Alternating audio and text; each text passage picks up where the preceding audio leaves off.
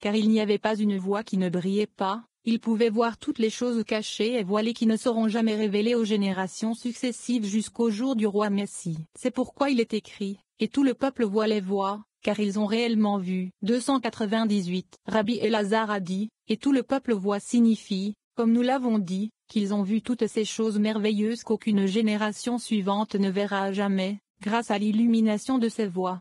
Les voix a le même sens que dans le verset, j'ai vu Hachem Yeshaïa 6. Il est écrit, Hachem précédé de la particule, ce qui signifie qu'il a vu le Shechina qui est appelé. Dans ce verset aussi il est écrit, et tout le peuple voit les voix, avec la particule, les, pour indiquer qu'ils ont vu le Shechina. 299. De la même manière, nous pouvons expliquer le verset, le ciel et la terre Bereshit, car toutes les particules, les, mentionnées dans la Torah nous permettent d'avoir la perception de la sagesse, comme dans le verset, au nord, et, ton père et, ta mère Shemo 20h12, et le verset, au nord, et, Hachem avec ta substance Michelet 3:2.8. Ces versets sont expliqués comme incluant quelque chose en plus. Ici aussi, les voix incluent cette autre voix d'en bas, qui est Malkout, qui rassemble en elle les autres voix et ce qui en émerge. C'est en elle, en Malkout, que le peuple a vu et contemplé, grâce à la sagesse sublime, tous les trésors célestes et tous les mystères cachés qui n'ont jamais été révélés aux générations suivantes ni aux générations lointaines, et qui ne le seront qu'au jour du roi Messie. Comme il est écrit, car ils verront les yeux dans les yeux Hachem revenir à Sion. Yeshaïa 52:2.8. Il demande, pourquoi l'éclair est-il appelé d'abord éclair, et Brakim, Shemo 19h16, et ensuite éclair, et Lapidim, et il répond que ces deux appellations ont un seul sens, car lorsque les Brakim sont bien formés et prêts à apparaître, ils sont appelés Lapidim. 300. Le son du chauffard. Shemo 20h15. Rabbi Tchak dit, il est écrit, Elohim a parlé une fois, je l'ai entendu deux fois. Teilim 62:2.12. Ceci est similaire à, je suis Hachem ton Elohim et tu ne te feras pas d'enfant. Shemo 22.2. Je suis signifie le secret de Bina, et tu ne te feras pas signifie le secret de Zahir Ampin, et les deux ont été prononcés en même temps. Dans ce verset également, le son est Zahir Ampin et le chauffard est Bina, et les deux ont été prononcés en même temps. 301. Rabbi Yehuda dit, il aurait dû dire le son du chauffard, pourquoi dit-on du chauffard? Et il répond, cette voix était appelée chauffard, comme dans le verset, tu feras sonner le chauffard le 10e jour du 7e mois, le jour des expiations. Vayikra 25:2.9. En ce Yom Kippur, jour de l'expiation, il est appelé chauffard, ce qui signifie que lorsque le son sort de Bina, il est appelé chauffard.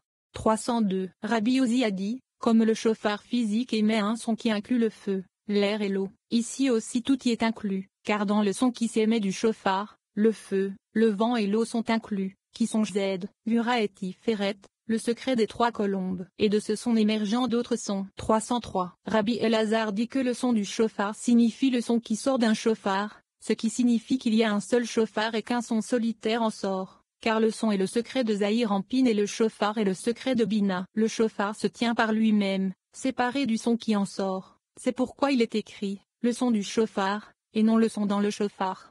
304. Rabbi Yehuda a dit, dans le son du chauffard, le mot chauffard est épelé sans la lettre Vav, car il a la même signification que dans le verset il a plu, et Shafar, à Darievesh Daniel 6, et dans le verset au roi, que mon conseil te soit agréable, et Ipar, pour toi Daniel 4h24, et le verset, j'ai pensé qu'il était bon, et chauffard, de rapporter les signes et les prodiges Daniel 3h32, moins signifiant que ce sont des expressions qui parlent de gloire et de beauté, ce qui attribue à Zahir Ampin, le secret de Tiferet.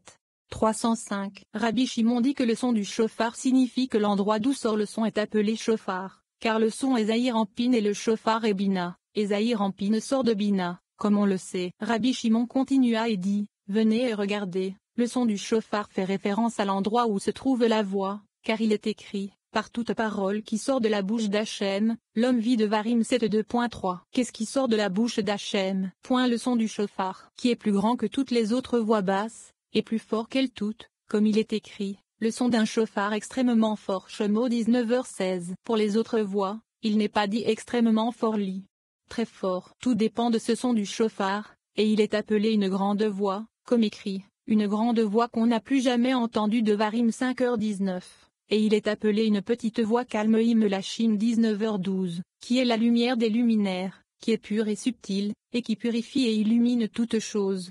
306. Il est écrit, encore, que signifie tranquille. Rabbi Shimon a dit qu'il faut se taire avec crainte et fermer sa bouche, comme il est écrit, j'ai dit, je prendrai garde à mes habitudes pour ne pas pécher avec ma langue. Je garderai un frein sur ma bouche. Tezillim 39 2.2. Le mot « tranquille » signifie le silence dans lequel aucune voix ne se fait entendre à l'extérieur. Lorsque le peuple vit cela, il fut ébranlé et se tint à l'écart, car ce qu'il vit l'effraya. Le mot « ébranlé » aussi, déplacé, Shemo 20h15, a la même signification que dans « et les poteaux de la porte ont bougé à sa voix » Yeshayahi 2.4.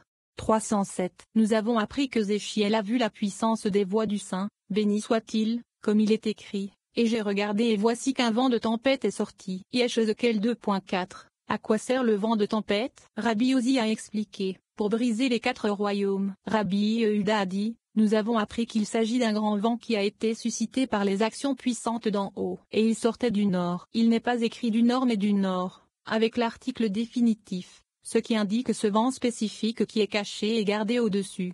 308. Une grande nuée et un feu éclatant. Ibidem.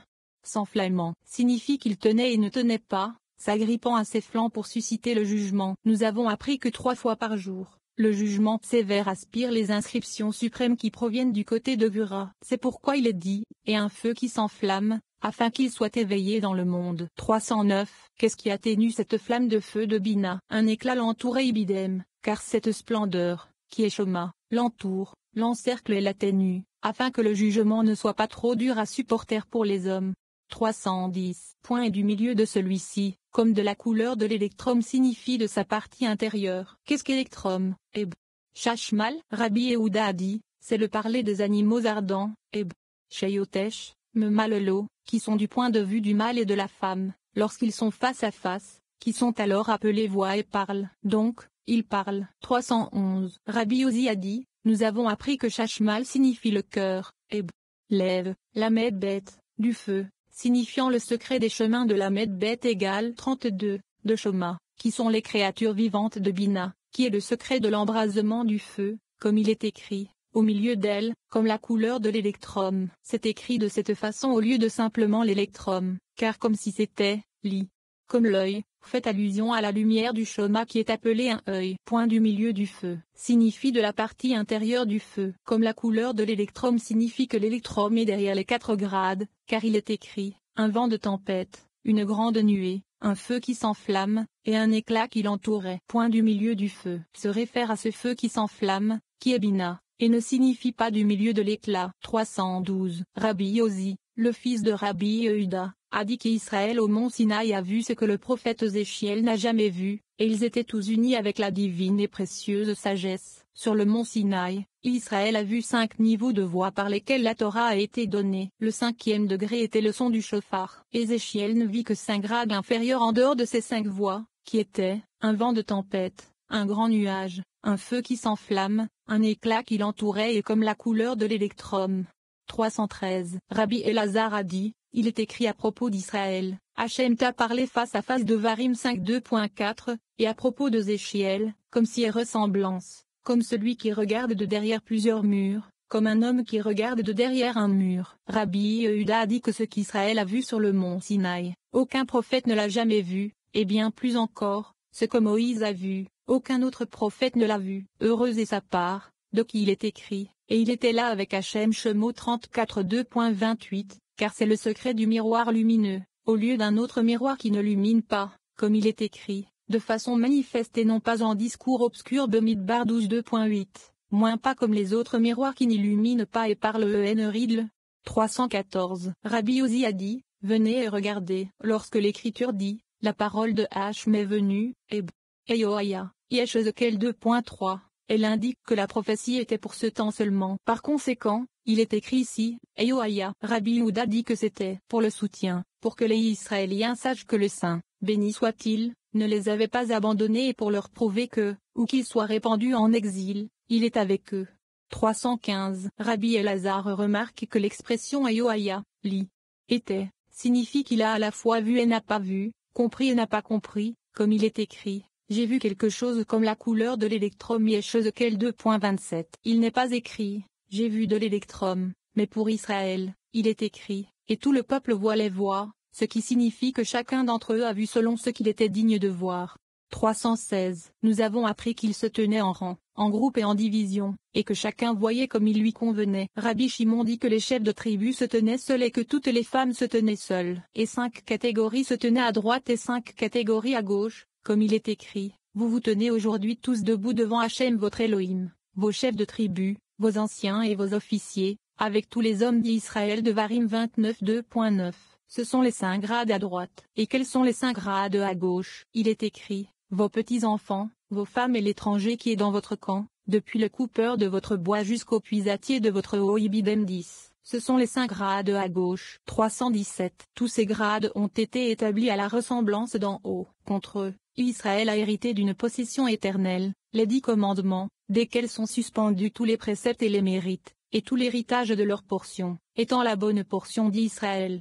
318. Nous avons appris qu'au moment où le Saint, béni soit-il, s'est révélé sur le mont Sinaï, tous les Israéliens ont regardé comme quelqu'un qui voit une lumière traverser le verre d'une lampe à huile. Grâce à cette lumière, chacun d'entre eux a vu plus que le prophète Ézéchiel. 319. Comment en est-il ainsi? Parce que toutes les voix célestes ont été révélées en même temps, comme il est écrit, et tout le peuple voit les voix. Mais pour Ézéchiel, la Shechina seule fut révélée à travers ses chars, et il n'en eut que des aperçus comme à travers plusieurs murs. 320. Rabbi Yehuda a dit, heureuse est la part de Moïse. De lui, il est écrit, et Hachem descendit sur le mont Sinaï.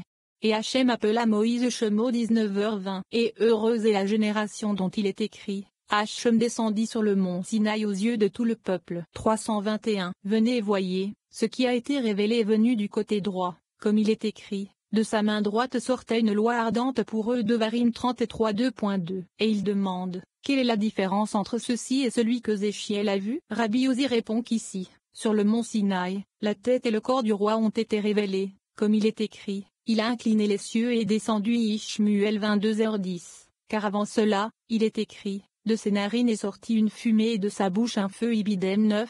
Ce qui signifie qu'il n'y avait qu'une tête dont les narines et la bouche sont mentionnées, et là où il y a une tête, il y a aussi un corps. Mais il est écrit d'Ézéchiel, et la main d'Hachem était là sur lui. Yeshezekel 2.3. Seule la main a été révélée, pas le corps, et nous avons appris que même la main a 2 aspects, la main supérieure, qui est la main de Zer en pain, et la main inférieure, qui est Malkout et s'appelle une main. La main inférieure a été révélée à Ézéchiel. 322. Voici, dans le verset les cieux s'ouvrirent et je vis des visions d'Elohim Yeshezekel. Le mot vision Heb, Maro, est écrit sans la lettre Vav, indication d'un miroir, qui est la Shechina. Rabbi Elza a demandé, la Shechina n'est-elle pas inclusive? Rabbi Ozi a répondu, la tête du roi ne doit pas être comparée à ses pieds, qui sont le Shechina qui l'habille de la poitrine jusqu'en bas, appelé ses pieds, bien que tout fasse partie du corps du roi. 323. Viens et regarde, il est dit d'Isaïe, et je vis Hachem Yeshaya 6, qui est le Shechina, appelé Eli. Et d'Ézéchiel il est écrit, et j'ai eu des visions d'Elohim. Ici, et le Shechina, et là, les visions et le Shechina, car ce que l'un a vu, l'autre l'a vu aussi, mais seulement le Shechina. Heureuse est la part de Moïse. Il n'y a pas eu de prophète aussi parfait que lui, car il a vu le miroir illuminant, qui est Zahir Ampin. 324. Et j'ai vu, et, Hachem, et se réfère précisément au Shechina, et je vis des visions d'Elohim. Vision étant précisément le Shechina. Isaïe et Ézéchiel étaient tous les deux dans le même grade, et il demande, pourquoi alors Isaïe n'a-t-il pas donné une description détaillée comme l'a fait Ézéchiel? Rabbi Ozi répond, l'un a parlé en général, nomme Isaïe, et l'autre en détail, nomme Ézéchiel. Pourquoi Ézéchiel a-t-il donné une description aussi détaillée? Il répond, Ézéchiel a parlé de manière détaillée en considération d'Israël, afin qu'il sache que le Saint, béni soit-il, les aimait et que la Shechina avec ses chars était descendue en exil pour habiter avec eux. 325. Rabbi Shia a demandé, pourquoi la Shechina s'est-elle révélée dans le pays de Kassedim? Car il est écrit, voici le pays de Kassedim, ce peuple n'était pas Yeshaya 23h13. Si c'était pour le bien d'Israël, elle aurait pu être présente parmi eux sans être révélée, et il répond, nous avons appris que si elle ne s'était pas révélée, ils n'auraient pas su qu'elle était avec eux. 326. Elle s'est révélée, comme il est écrit, au bord du fleuve Kvar Yeshezekel, c'est-à-dire au bord de l'eau. dans un lieu où l'impureté ne peut habiter. Cette rivière était l'une des 4 rivières qui sortaient du jardin d'Éden, comme écrit, près de la rivière Gvar. Que signifie Gvar élite? Déjà, qu'il existait déjà un endroit sur lequel la Shekhinah